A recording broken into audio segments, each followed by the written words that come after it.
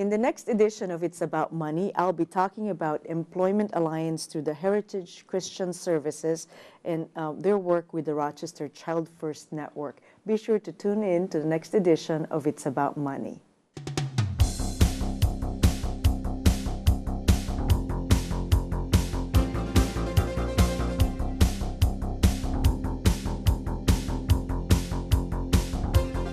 Hello and welcome to another edition of It's About Money. I'm Nannette Nocon and thank you for joining us. I have a very exciting program today. We're going to be talking about the Employment Alliance, and my guests are Jon Dewhirst. Hi. You're the Associate Director, right? Yes. Of Alliance, Employment Alliance at the Heritage Christian Services. And also Lynn Lubecki, who is the Executive Director and CEO of the Rochester Childfirst Network. Thank you both for being here today. Thank you for having me. Yeah, thanks. I appreciate it. Before we get started, tell me a little bit about Heritage Christian Services. What is it about?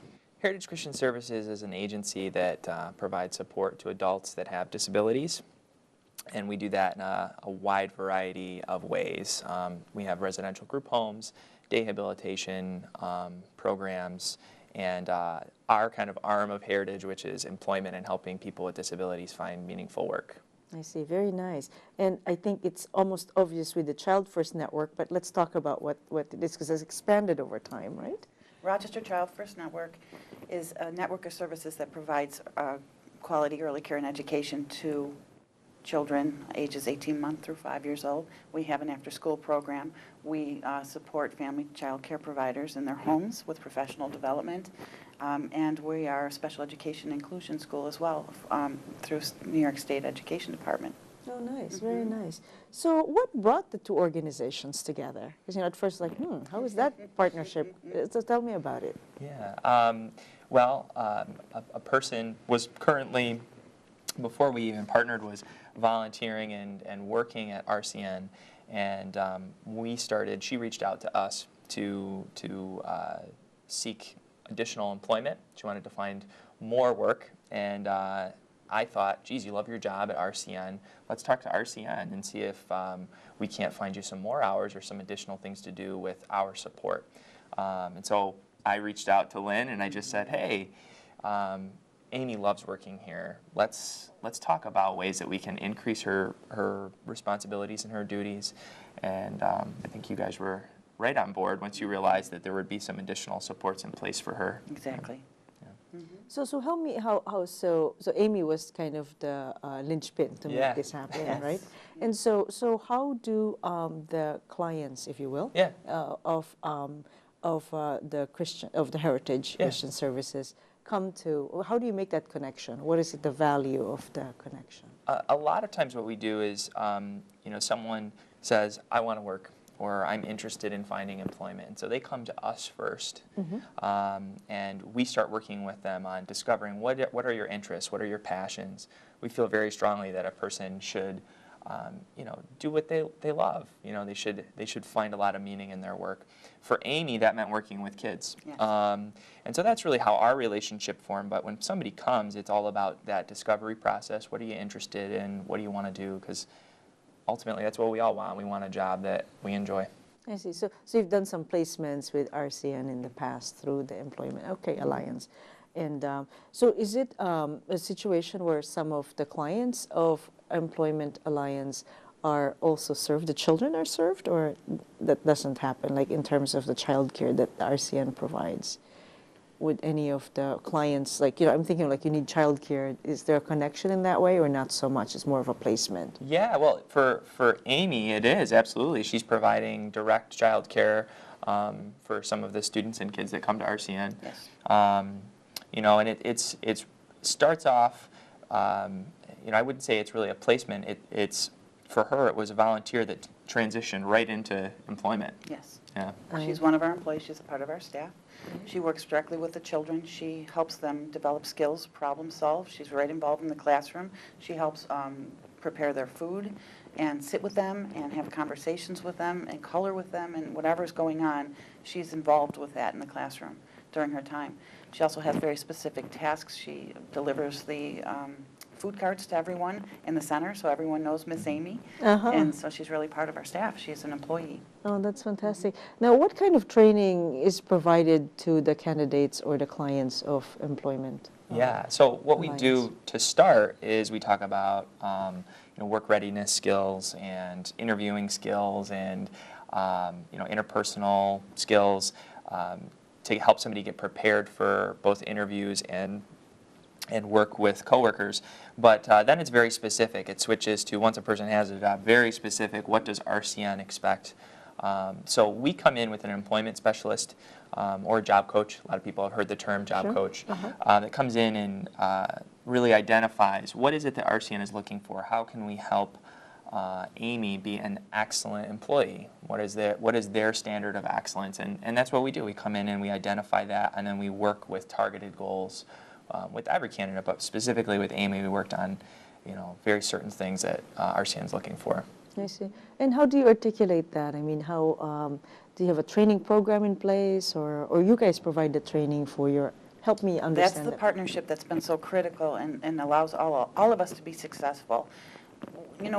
RCN provides services to our children with special needs, and our children with special needs benefit because they're children first. And so when we were talking with Amy and developing her as an employee, the first thing is that she's Amy, and what skills and talents can she bring to us? And so we got to know her and what she likes to do, like based on her interests and what she wanted to do and could be successful with. What was so critical for us was the support we received from the Employment Alliance and the employment specialists, talking with us, helping us problem solve, giving us some new ideas, and helping to meet her needs, just like we would meet anyone's needs. Finding out what her strengths are, finding out where her areas of development are, and then working with our team together to enhance those. And it's been a very, very positive experience for us. Oh, well, that's wonderful, because if you think of a work environment without special needs in mind, that can be frustrating for an employer if the employee doesn't have the skills that they thought they did. Yes. Right? But here, there's a lot of support to make it Yes. successful. Absolutely. No, that's really great. So, what type of other placements has the Employment Alliance done? Lots. Okay, all right. All over. I think that because we have a focus on what the person is interested in, and also what they're going to be successful in. I love that word. Success. It's going to be different for every person. Yes. So, we've helped people find jobs as a motorcycle mechanic, at a lumber yard, at a restaurant, doing cleaning at a church. So really working at child care facilities, because we start with that, what are you passionate about? What are you interested in? It leads us down some pretty interesting roads. No, that's neat. That's great. So it's nice to actually work with them. Some people actually just apply for a job because it looks interesting in the paper, Right. but not really honing in on what the interest might be. And you're absolutely right. We spend a third of our lives, for most people, on their jobs, and it'd be nice to do it so that it's fulfilling and Absolutely. meaningful. Very good. You mentioned that there's a national trend in terms of recognizing among employers that there's a space for, employment for people with special needs. Why do you think that trend is there? Are there any incentives that's available that make employers realize that? I think there's incentives, but I think most of that stems from the fact that people are recognizing that people with disabilities have a lot of value to add, and if you're focused on finding the right fit, it's going to be successful. If a person has the skills to be successful in the job, they're going to add value because they're going to enjoy their job. So I think that employers are starting to look at it a little bit differently and realizing that there's a pretty untapped pool of candidates that have disabilities. But there are some incentives as well, and they vary. I mean, there's quite a few, but that's what we do also is when we sit down with an employer, we help them identify, and that's actually what we did with RCN. We identified some subsidies that were available to help make it successful. And then over time, we kind of backed away some of that subsidy, and RCN now is fully employing Amy. So nice, that's great. That's great. So you could just do a kind of a trial run, see how it works. So your investment is not as big if things don't work out. Of course, we always hope for the best, right? Yeah. For success. But that's Mm-hmm. really good. So were you immediately open to that? I mean, when the idea came up, I mean, how did you have any reluctance when? I think we're unusual in the fact for Rochester Childfirst Network, that's what we do. Sure. So Nice. we are a diverse place, and we believe in potential of everyone. And so we were open to it right away. Yeah. But I do have to say that we ran into some challenges that we didn't anticipate. And we worked with we worked very closely together to say, well, we didn't anticipate this happening. For an example, if I can share this, when a task became difficult, one of the things that would happen is Amy would say, it's too difficult. And we would say, okay, Oh, I see. alrighty. And instead of, and as we learned together, an employee is an employee. This is your task. You need to do the task. So now, how do we get you there? As opposed to saying, okay. Yeah, right. So we kind of got caught in our own practice of, we would encourage this with a child who is learning a new skill, and we had to encourage this with anyone who comes and said, I would like to do this task, but I don't know how to do it, or I'm a little nervous about it. Well, what can we do to provide you with support to get you there? Yeah. And that's a person thing. Yeah. That's not someone with a different ability. That is a human thing to say, I'm a little nervous about this. So we had to understand how we would react to her. We were very open to it from the beginning, but ran into challenges we didn't anticipate and overcame them quickly. Yeah.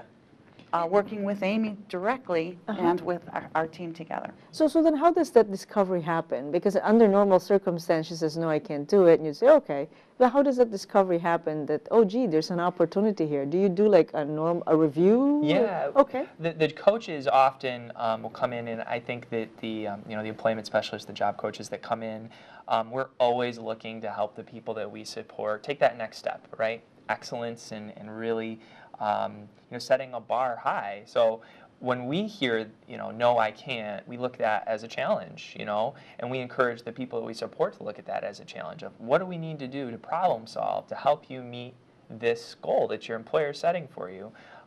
So it's kind of like an ebb and flow, like a person learns a job and we might fade away a little bit, and then there might be a challenge. We come in and we work with the person and we help them kind of continue on their path to excellence as an employee. So is it more of like as needed, or is there a routine? Okay, how some employers have, most employers, I hope anyway, have an annual review or semi-annual review. Is that what you would end up doing? Yeah. I mean, I think that there's our review process is probably even more vigorous than that, just because it's happening frequently.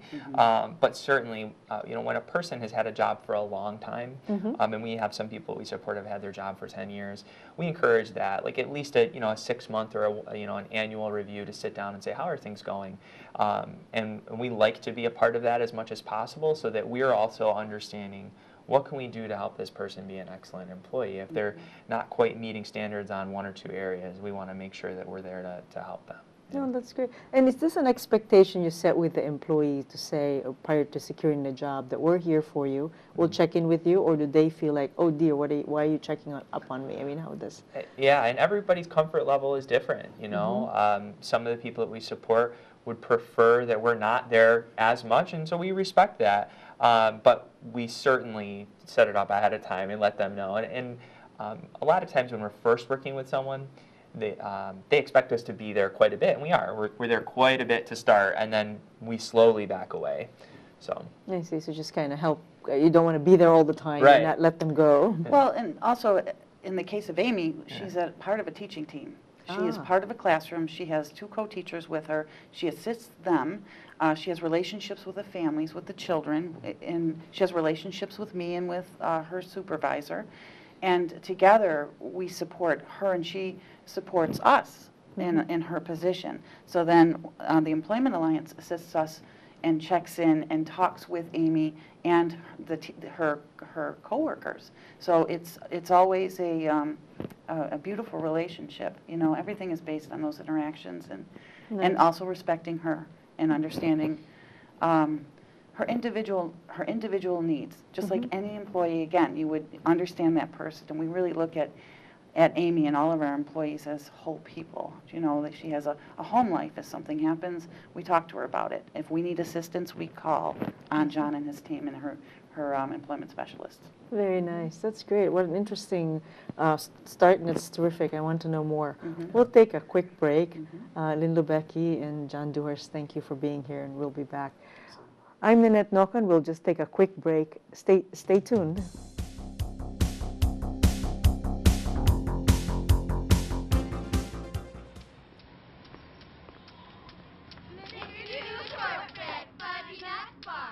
The smallest moments can have the biggest impact on a child's life. Take time to be a dad today.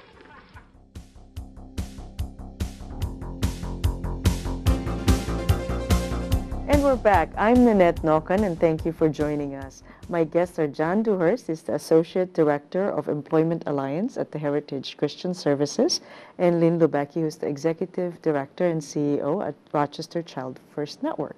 So thank you again to both of you for being here. Thank you. So, so how do you select the applicant who has a disability for employment? I mean, does everybody qualify for employment? I mean, it's kind of a hard question to ask, Right. but I mean, how does that? I think it's a great question. We don't select. A lot of times people come to us. Okay. You know, I think a big part of employment is you have to want Sure, to work. that's You know, right. so we when somebody comes, we help them identify where are you on your journey to employment. You know, I think that not everyone is ready for employment, so we help them and their support team identify, are you ready for employment? If you're not, what are the steps you need to take to get there? And if you are, great, you know, let's get started, let's start working together.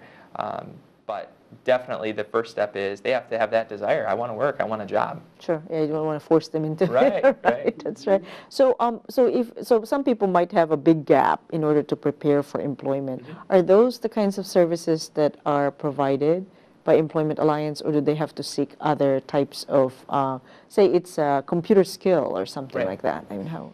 Yeah, well, what we do is if we identify that they have a very specific desire in a specific place, yeah, we don't provide all of that. We might refer them out to a different service if they need to help kind of bridge that gap between what they're interested in doing and the skills that they currently have. Definitely, yeah. And then how do you get support? How do you do fundraising? I want to find out also for the Childfirst Network, but how do you get money to support the programs? Right. Well, we're Medicaid funded, Okay. so we're partly Medicaid funded. We also have some grant funding as well. A lot of times when we want to try to do some new or innovative things, we're always looking for grants that will help support that. And because employment is you know, a national trend, and it's something that's kind of the new exciting thing in the field of disabilities, we have been able to pursue and receive some very generous grants to help us you know, provide new innovative ways of helping people with disabilities find work. That's great. Now, of course, Medicaid has its own income limitations. Has that become a problem for any of the workers, or they try to limit their income so they can continue to collect benefits? A lot of the people that we support work part-time. Okay. So, and that's not everyone. Some people do work full-time or very close to full-time. But yes, yeah, that's a conversation that we have coming in. First thing, you need to understand how working is going to affect your benefits. Thankfully, the way it works is that you should always end up ahead working. The system isn't set up, and that's a common misconception. People are worried. They come and they say, I'm going to lose my benefits.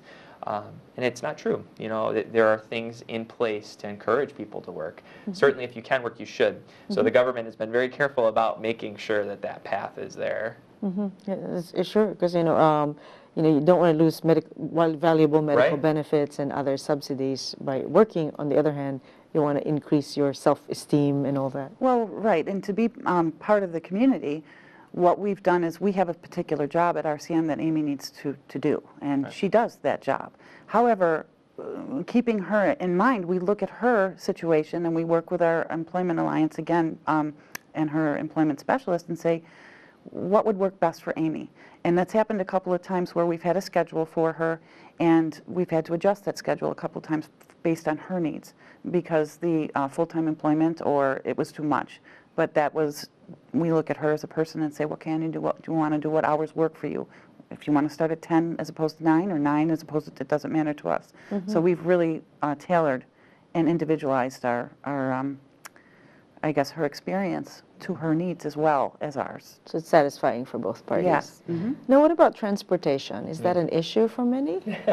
Yeah, I would say that transportation is the biggest barrier to employment. You can't go to work if you can't get there.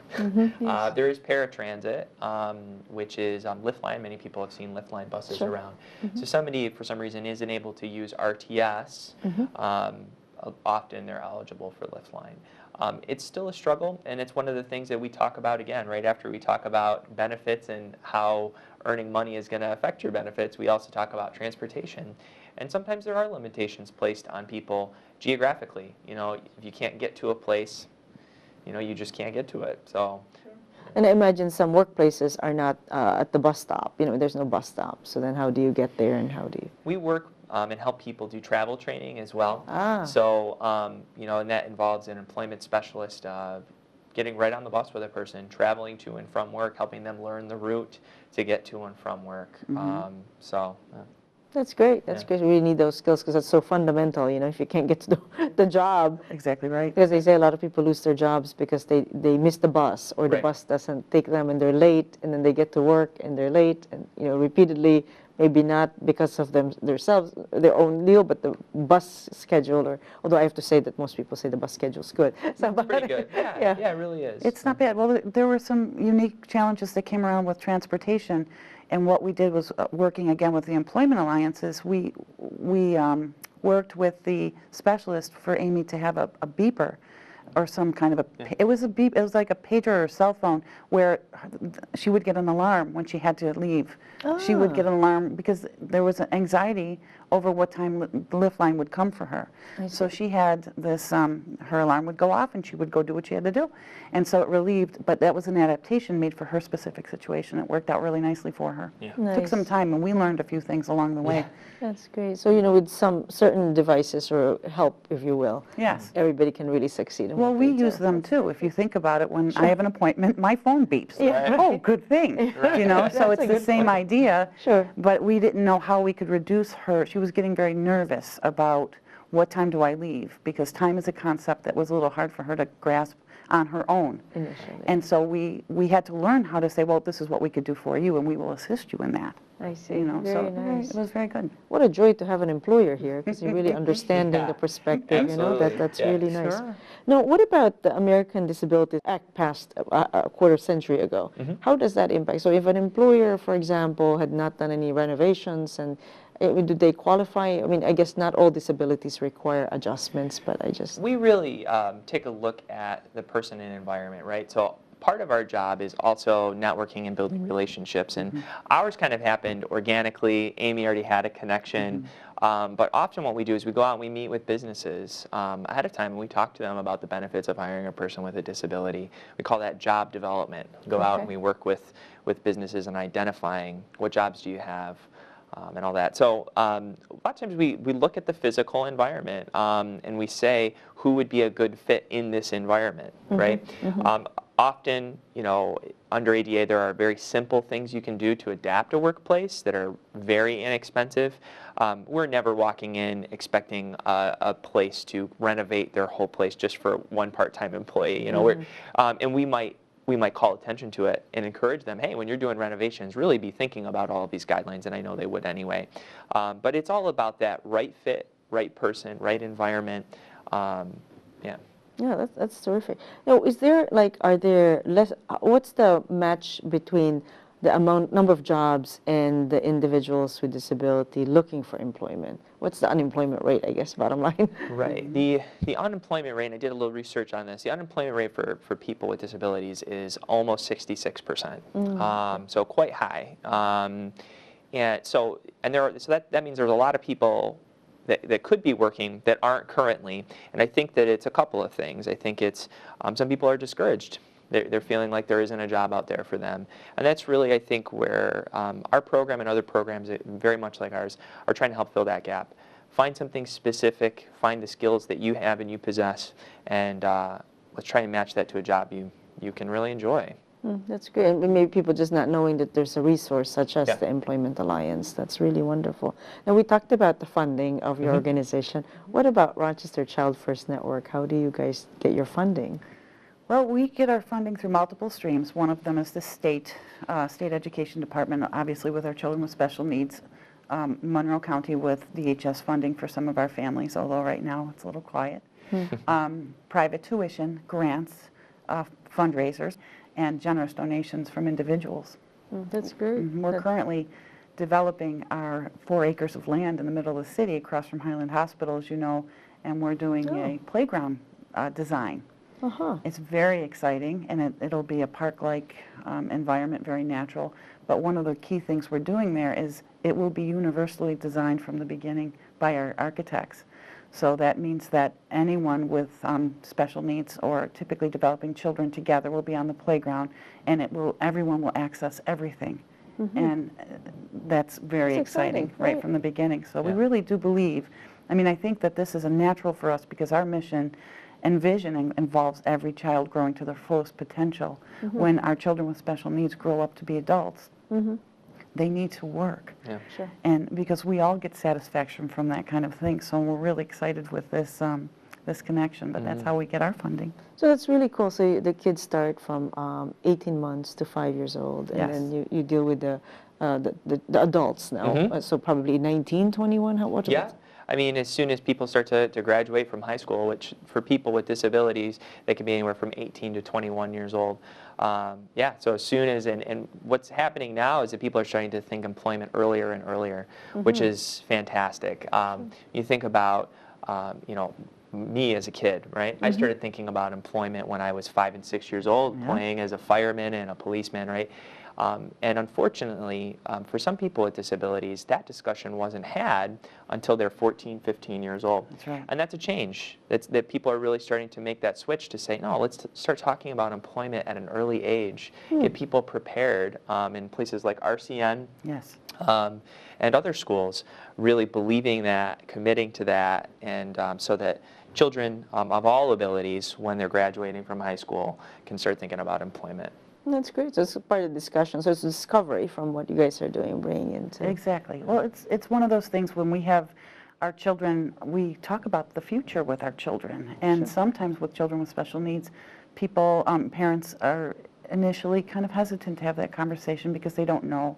And what the Advocacy Center does a lot of good work with this, with parents. And we start to talk about, what do you want to do? Where do you want to be? Do you want to be a firefighter? Do you want to be, you know, in our dramatic play, we're going to be something, whether it's a ballerina princess, we're going to be something. And then we bring in careers and stuff like that. Well, this continues the conversation. Yes. And if you think about it, teenagers work at places, and this is the same kind of thing at, what, 14 or 15, 16 years old. So that's a natural, it's getting as close to the community as possible. That's great. I mean, I'm just really impressed about what you guys have done, and that's great. I really wish you the best. But I was curious, actually, you said something. You have a lot of land. So RCN has a lot of land back there. We do. Okay, just you see the front and everything. No, you see the front, and I encourage people to come and visit us. We have quite an impressive facility, beautiful staff quality, education and care, and we really do like talking about ourselves. We've been around since 1857. It's a long time. Yeah, it's a very long time. So come visit us. So for the children with disabilities, that's not your entire population because you do have some paying. So I think I mentioned to my nephew went there when he was preschool, and he learned how to do sign language. Yes. So it's kind of neat. I mean, he's a brilliant kid, but I just wondered, what's the ratio, you know, for children with disabilities, and are they in the same classroom? Yes. Okay. Yes. What's really nice about that is the least restricted environment brings children with special needs with their typical developing peers. And what's nice is, of course, the peers are the models for the children with special needs. That's really great. But the children with special needs teach so many things to our typically developing children. You know, empathy, and they take good care of them. They engage. They have conversations. And so we take 36 children in our integrated program. And we have early intervention, we have different services, speech and related services. So it's you know, we have a percentage of our 100 children, so. That's great. That's wonderful. Well, thank you both very much. It's Thank been a you. delightful conversation. Jon Dewhirst of the Heritage Christian Services and Lynn Lubecki of the Rochester Childfirst Network. Thank you, both. Nannette. Thank you very for much. having us. Yeah. Thank you. And thank you, our guests, for joining us today. Until next time, I'm Nannette Nocon. Thanks for tuning in to today's show. If you have any questions for It's About Money, please email Nannette at nnocon@aol.com. This program was produced through Penfield Community Television in Penfield, New York.